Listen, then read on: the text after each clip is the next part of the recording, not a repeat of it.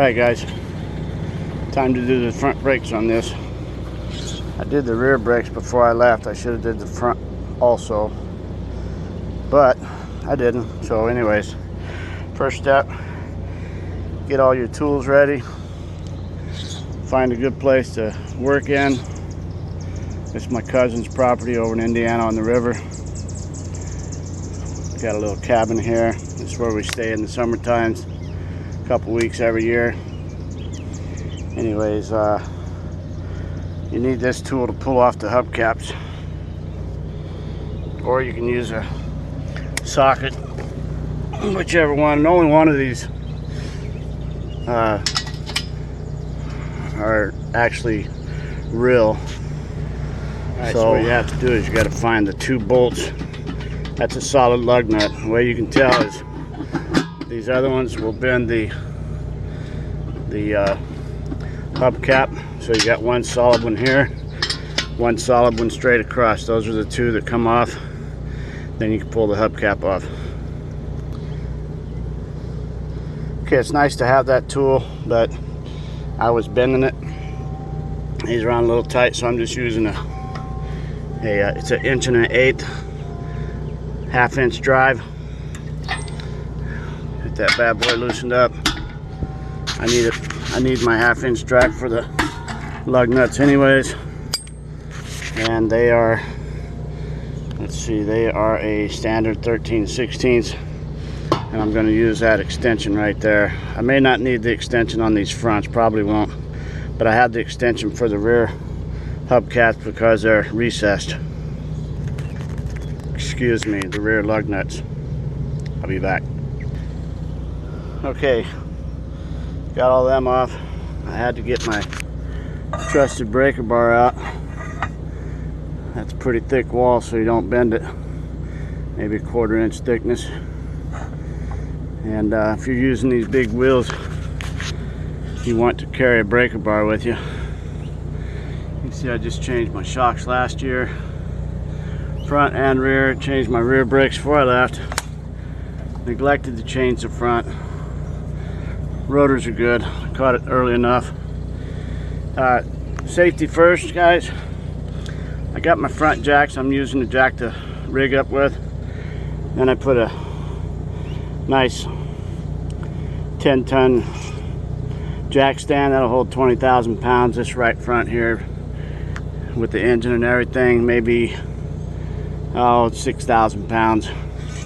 I'm not sure, but that'll definitely hold it.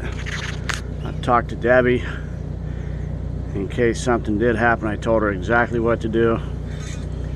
So hold your foot on the emergency brake, turn the key on, put on the power button, and raise the front jacks to maximum, and then come out and pull me out if necessary. Anyways, it might sound a little gory, but you know what? I worked in heavy construction all my life, building high rises, bridges, freeways, tilt up buildings, every kind of concrete construction you can imagine, flood channels, even the elevator shaft and tunnels at Hoover Dam, tunnel in Seattle, Washington. Anyways, not trying to put out a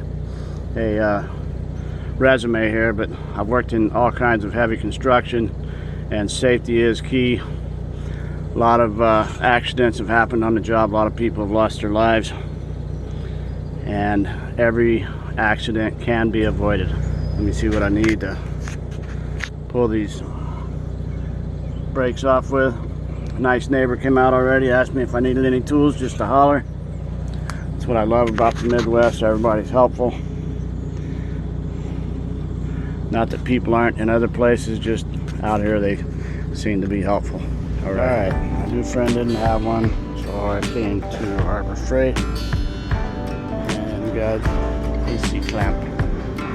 Gonna look around, see what other kind of cool stuff they have here. That's a little big for the RV.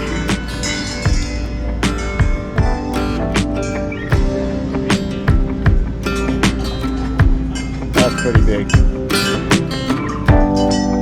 Pretty. Yeah.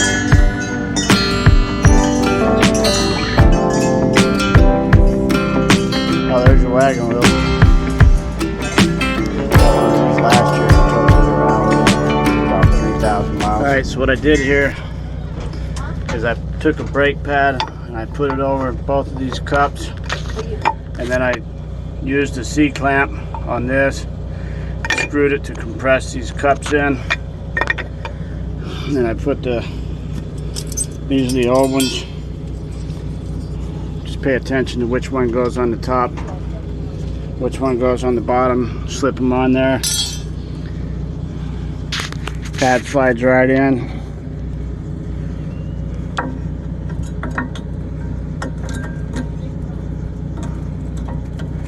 Push that one in there, slides right on. That's held on right like that. And just slide that back over. Alright guys, we're going to get this tire on, and that will conclude the passenger side, and then tomorrow morning I'll do the driver's side.